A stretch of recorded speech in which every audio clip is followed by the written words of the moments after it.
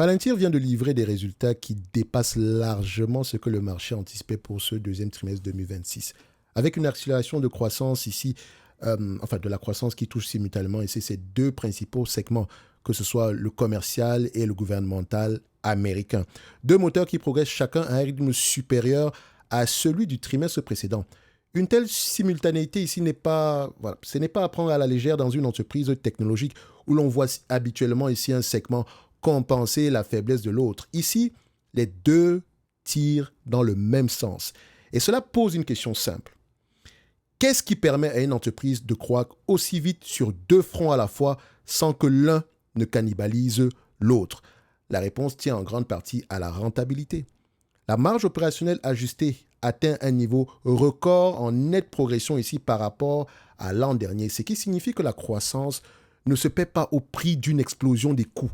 Donc le résultat net ici, selon les normes GAP, a franchi ici pour la première fois un seuil symbolique, donc le seuil symbolique majeur ici du milliard de dollars, confirmant que cette rentabilité n'est plus seulement une promesse ajustée ici, mais une réalité comptable. Reste maintenant à savoir si cette combinaison de croissance et de marge peut tenir dans la durée ou si elle reflète simplement ici un moment particulièrement favorable. Ce qui frappe au-delà ici des chiffres, c'est la nature même du positionnement de Palantir. L'entreprise se présente comme une plateforme d'intelligence artificielle souveraine, agnostique quant au modèle ici utilisé. Donc une formulation ici qui sonne technique, mais qui recouvre à peu près un choix stratégique bien précis. Ne pas dépendre d'un seul fournisseur de modèles et s'imposer comme la couche d'intégration plutôt que comme le modèle lui-même. C'est un pari sur la structure du marché de l'intelligence artificielle à long terme et non sur la performance d'un modèle en particulier. Et vous voyez ce que Palantir fait? Poser la même question sur les compagnies de logiciels. On en a parlé dans la note d'analyse sectorielle disponible dans le top premium en description de la vidéo. Donc sur le terrain commercial, la dynamique se confirme par deux canaux distincts. L'acquisition de nouveaux clients d'un côté et l'expansion des dépenses au sein des comptes déjà existants de l'autre. Donc, c'est-à-dire que les clients existants dépensent de plus en plus. Ça vous dit ici qu'ils sont à peu près convaincus parce qu'ils ont eu en premier. Donc, c'est une très bonne nouvelle. C'est cette seconde dynamique ici qui est souvent la plus révélatrice, car elle signale ici que les clients qui utilisent déjà la plateforme trouvent des raisons d'en approfondir l'usage plutôt que de plafonner leurs dépenses. Donc les marges ici continuent d'ailleurs d'atteindre des niveaux que l'on ne retrouve nulle part ailleurs dans le secteur. Donc un écart qui mérite d'être questionné plutôt que simplement constaté. C'est bien d'avoir des grosses marges, mais comme je l'ai toujours dit, est-ce que c'est durable? Bon, on va pencher sur la durabilité, mais c'est quelque chose qu'il ne faut pas négliger globalement. Donc le relèvement ici significatif des perspectives pour l'année complète vient clore ici ce tableau, non pas comme une simple formalité issue de communication financière, mais comme ici une confirmation que la direction elle-même anticipe la poursuite de cette trajectoire. Reste à voir si le marché continuera ici d'accorder à Palantir ce statut particulier ici de gagnant désigné de la révolution de l'intelligence artificielle ou si l'exigence ici des résultats futurs deviendra trimestre après trimestre ici de plus en plus difficile à satisfaire. Et moi, je vais dire une chose. L'exigence va être de plus en plus difficile à satisfaire. Donc, faites attention par rapport à ce qu'elle a proposé dans le passé, etc. Et je ne suis pas en train de vous dire non, c'est magnifique de toutes les façons. Quand on a parlé de Palantir la dernière fois, le contraire des résultats actuels nous aurait surpris. Les vidéos sont là. Donc, aujourd'hui, on peut se dire qu'on est sur la droite ligne ici de ce qui était prévu par le passé, en lisant les rapports financiers, en écoutant les conférences call. Donc, maintenant, ici, la croissance en elle-même, une croissance à ce niveau, il ne faut pas s'attendre à la voir tous les jours. Bien évidemment, si tu vas apprécier du Palantir au-delà de la croissance actuelle, il faut aller regarder la taille du marché, etc. Quels sont les objectifs et essayer de te positionner par rapport à ce que Palantir pourrait valoir au cas où il n'y a pas de compétition ou bien malgré la compétition actuelle dépendamment des produits qu'elle propose. OK? Donc, pour moi, je pense que c'est un excellent business d'ailleurs. OK? Et en date d'aujourd'hui, et très souvent, il faut mentionner une chose. Palantir, en étudiant du Palantir, je me rends compte, pas que je me rends compte, mais une entreprise qui est de plus en plus intéressante, ça se voit même quand elle a des chiffres négatifs. Pourquoi? Parce que les chiffres négatifs ont tendance à devenir de moins en moins négatifs. C'est là qu'une entreprise atteint son point d'inflexion. Ce qui me réconforte encore à l'idée de correctement identifier le cycle de vie dans lequel se retrouve la compagnie. Donc, une entreprise Palantir à ce niveau, beaucoup auraient dit « Ah, elle n'a pas de bénéfices, je passe à autre chose. » Mais quand tu remarques que les bénéfices, les EBITDA diminuent de plus en plus trimestre après trimestre, on peut le mettre ici en quarterly, comme ça, les EBITDA diminuent trimestre après trimestre, ça veut dire qu'il y a quelque chose d'intéressant. Et une fois qu'on atteint le point d'inflexion à partir de ce niveau, donc ça c'était à partir de la période 2023, etc., là, ça doit on aurait dû prêter attention à cette compagnie. Ce n'est pas un regret de manière générale parce que tôt ou tard, le marché finira par donner d'autres opportunités d'investissement sur Palantir si on découvre, si selon nous, il n'y en a pas en date d'aujourd'hui, j'ai bien dit, si selon nous, il n'y a pas comment on appelle ça, si on n'a pas d'opportunité d'investissement en date d'aujourd'hui. Parce que l'opportunité d'investissement, ça va dépendre de quoi sur une compagnie comme Palantir? Des perspectives de croissance essentiellement. Vous avez vu ici que l'entreprise augmente, elle augmente ici, les marges augmentent. Ça veut dire ici que les coûts sont de moins en moins élevés, les coûts évoluent moins rapidement que les coûts ont tendance à être moins croissants par rapport ici aux revenus. Et c'est une bonne chose. Et quand je parle de coûts des dépenses opérationnelles, on a près de 47% ici en termes d'EBIT. En termes de marge EBITDA, sur le dernier trimestre ici, on a quelque chose qui s'en va aux alentours de 47% également. Donc, on n'a presque pas de dépenses ici opérationnelles. On n'a presque pas de dépenses ici entre le operating margin et le bénéfice net. Enfin, l'EBITDA inclut la dépréciation, amortissement. Donc, on n'a presque rien ici. Tout ce qui gagne ici, toutes les dépenses opérationnelles ici ont tendance à passer directement au niveau ici, tous les bénéfices opérationnels. On va le dire ici que la dépréciation, amortissement ici, c'est l'élément qui n'est pas le plus, qui est le moins élevé ici. Enfin, quand on dit le moins élevé, dépréciation, il n'évolue pas énormément. Donc, on a clairement un business assez asset light. OK? Donc, moi, j'aime ça.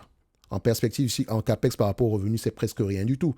Maintenant, combien est-ce qu'on va payer pour ce genre de dossier? Je ne paye pas plus de 25 fois les bénéfices. Mais maintenant, il faut reconnaître une chose. Aujourd'hui, nous sommes le 4 du mois de août. OK? La mise à jour n'a pas encore été effectuée sur une compagnie, sur Fastgraft. Ce qui veut dire ici que les attentes des analystes vont avoir tendance à changer.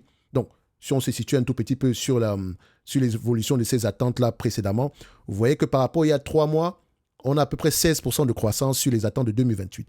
Sur les attentes de 2024, de 2027 ici, on a quelque chose aux alentours de 12% de croissance par rapport à il y a 3 mois. Sur les attentes de 2026 également, on a 10% de croissance. Et ça, c'est en restant au niveau de la médiane. Si je prends ici la borne supérieure, et quand je dis la borne supérieure, il n'y a pas énormément d'analystes qui ont fait des prévisions au-delà ici de 2029 en termes de...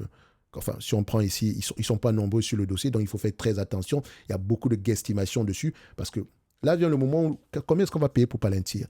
On ne peut pas tirer de conclusion ici définitive si on ne compare pas par rapport à la taille du marché. Je vous prends un exemple simple. Imaginez que Palantir, et je peux poser la question, et là c'est pour ça c'est très intéressant d'avoir l'IA directement connectée, on va faire ceci. Palantir, etc.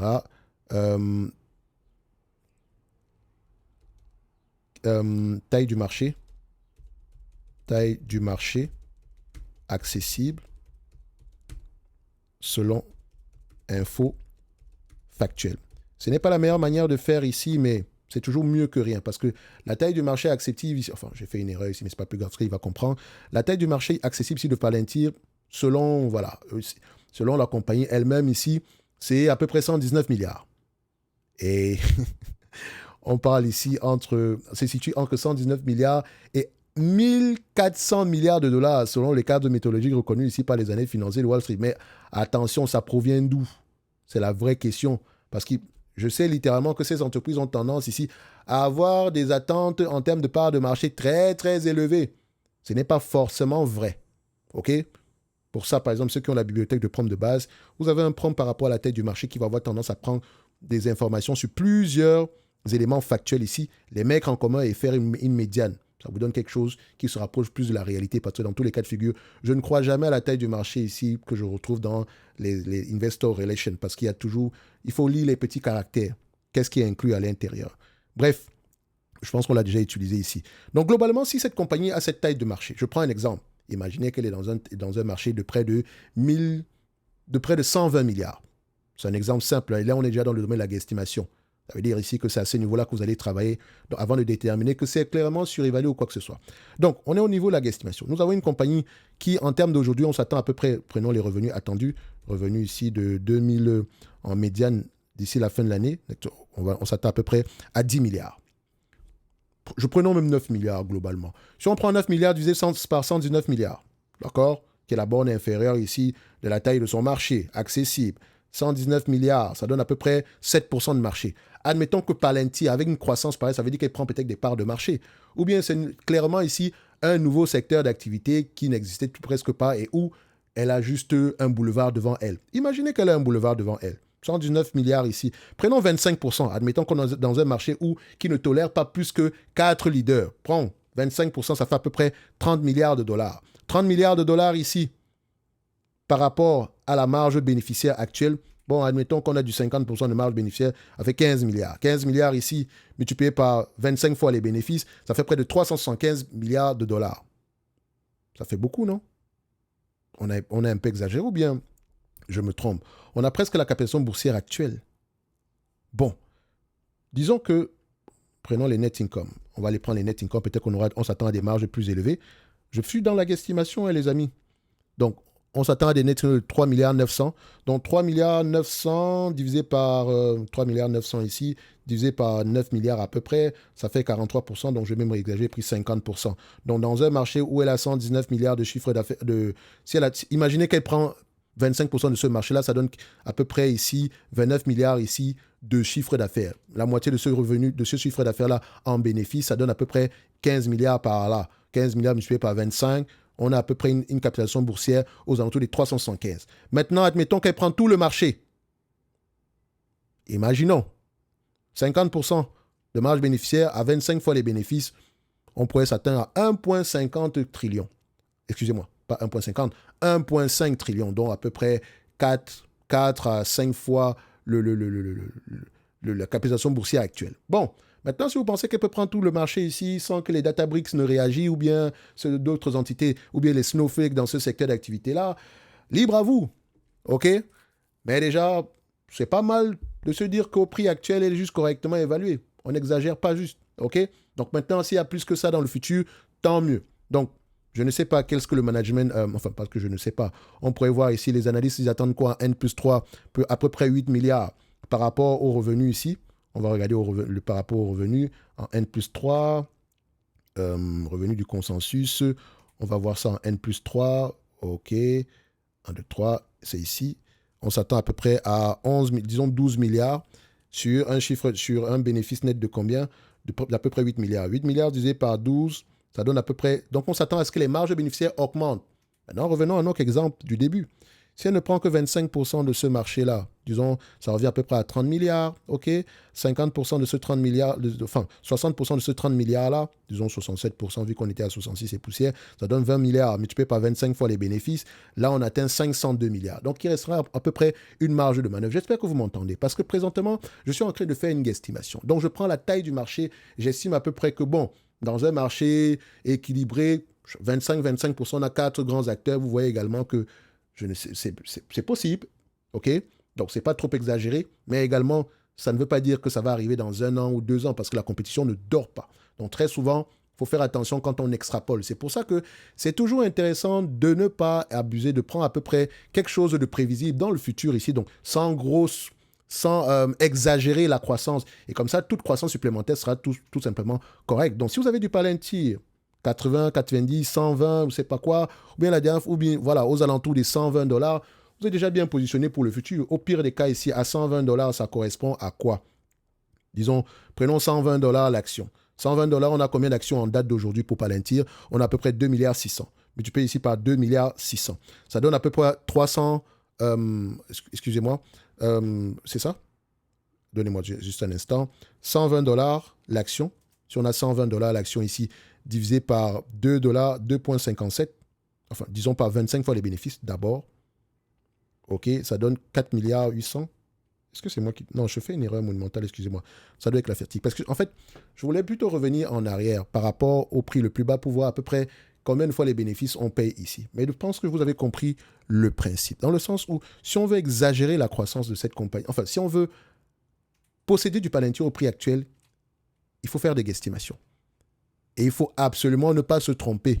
Parce que si le marché, au lieu de prendre... Si le marché estimé de 100 à 120 milliards est plutôt de 100 milliards, ou bien de 50, vous voyez qu'on aura tendance à se tromper. C'est pour ça qu'il est préférable de ne pas souvent prendre en considération énormément de croissance. Ce qui veut dire ici que si j'ai du Palantir, si j'arrive à avoir du Palantir ici à un prix qui n'inclut pas la croissance, le prix qui n'inclut pas la croissance ici, selon moi, PEC situé, et je prends ici en borne supérieure, voilà, parce qu'elle a eu de très bons... elle a encore augmenté ses attentes, donc il y a de fortes chances que ses prévisions s'y changent. Donc on va le faire comme ça. Ce que je fais ici est dangereux, les amis. Parce que c'est très facile de jouer avec les chiffres. En fait, le plus important déjà, c'est est-ce qu'elle a les capacités de maintenir ses marges stables? Ça, c'est la première question. Si c'est le cas, on avance. Maintenant, on apprend, est-ce que les clients sont prisonniers? Pourquoi est-ce qu'ils signent chez nous? Que font les concurrents? Est-ce qu'on nous a déjà pris des parts de marché ici ou bien... Voilà, il y a un ensemble de questions à poser derrière. Donc pour moi, le prix, 25 fois les bénéfices en prenant la borne supérieure, encore ici, on va se situer aux alentours. Ici, on va se dire que à 124 dollars, c'est correct. Donc avant la grosse modification en date d'aujourd'hui. OK? Maintenant, si ces attentes changent là, disons qu'au prix actuel, c'est OK. On va le dire comme ça. Maintenant, à vous de voir si ça vous intéresse ou pas du tout. Mais vraiment, étudier la taille du marché de ce business-ci. Regardez les concurrents. Étudier le produit des concurrents. Qu'est-ce qu'ils font? Pourquoi est-ce qu'un client peut sélectionner Palantir plutôt qu'un autre concurrent, etc., etc. Parce que dites-vous également que Palantir, ils ont deux segments. Ils sont très investis sur le segment gouvernemental. Enfin, ils gagnent beaucoup d'argent sur le segment gouvernemental. Ils essaient d'aller sur le commercial. Mais à l'extérieur des États-Unis, est-ce que les entreprises vont accepter d'utiliser du Palantir?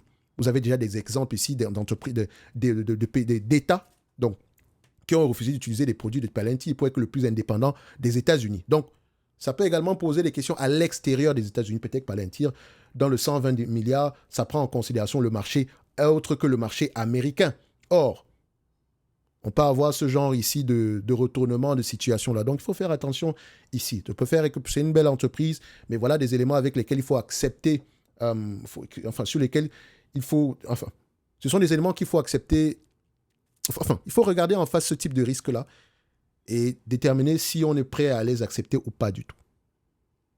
Donc, vous voyez donc que valoriser une entreprise, c'est un ensemble d'éléments à prendre en considération. On doit avoir une hypothèse optimiste. On doit avoir une hypothèse de base et une hypothèse pessimiste. On doit travailler avec les trois. On ne va pas juste s'asseoir et dire que non, OK, 25 fois les bénéfices, je paye, 40 fois les bénéfices, je paye, etc.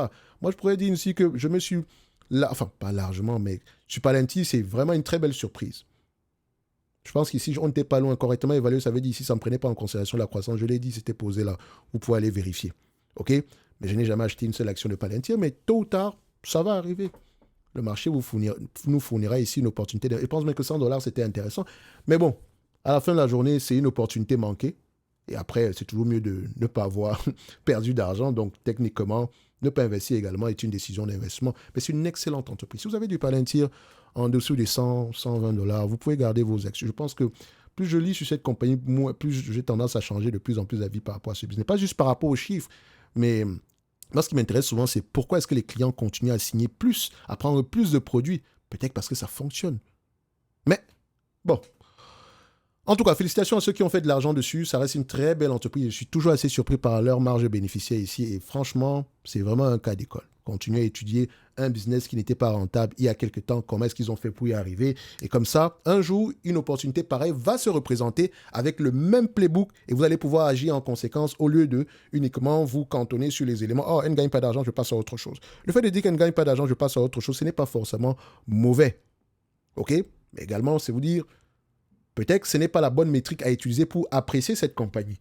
Au lieu, par exemple, d'utiliser les bénéfices nets, le revenu, j'aurais peut-être les cash flows, j'aurais peut-être pu utiliser les bénéfices nets. Je pense que j'avais pris 10 fois les bénéfices nets, etc.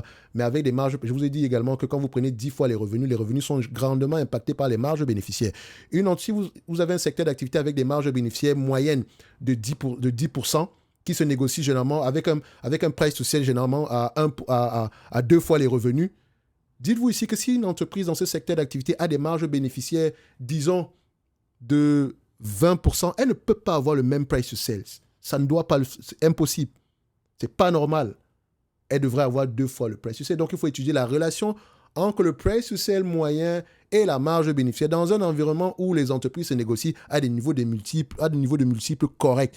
Donc, ça veut dire également que si je veux faire ce genre d'exercice sur les entreprises où on a un secteur d'activité surévalué, etc., le rendu ne sera pas correct. Bref, il y a un ensemble d'éléments à prendre derrière. J'espère qu'on arrive à se comprendre ici. Je ne voulais pas faire une vidéo assez longue, mais en tout cas, j'espère que ça vous servira un tout petit peu. Mais c'est une excellente entreprise de Palantir. Au prix actuel, comme je l'ai dit, je mettrai dans ma watchlist ici, je vais me situer avant la modification ici des chiffres, etc. Je mettrai ici aux alentours des bénéfices nets ajustés. Et encore, je vais prendre la borne supérieure, à peu près 5, voilà, on va dire $5 l'action ici. Donc $5 l'action ici à 25 fois les bénéfices. Donc voilà, 25 fois les bénéfices. 25 fois les bénéfices, ça fait ici aux alentours de 125 $ l'action. Donc, on va se dire ici que, bon, c'était intéressant à ce prix. Aujourd'hui, ce n'est pas forcément mauvais, parce que vous allez dire ici que oui, ça fait 30% de plus, mais si tu vas aller au-delà, il faut essayer de te projeter au-delà des 5 $ l'action. Et encore, ça va dépendre de la taille du marché, de l'augmentation des marges, etc. Donc, je n'ai pas envie de vous dire ici que, ah non, c'est surévalué, machin truc. La surévaluation ici, l'évaluation d'une entreprise, c'est quelque chose de très subjectif. Ça prend en considération le risque, ça prend en considération le management, ça prend en considération la taille du marché. Il y a beaucoup d'éléments qu'il faut prendre en considération pour apprécier soi-même ce risque. C'est pour ça qu'on appelle, c'est une appréciation, globalement. Parce que je peux m'asseoir ici, quelqu'un me dit, oh, Palantir, 200 $ l'action, c'est 500 $ l'action. OK.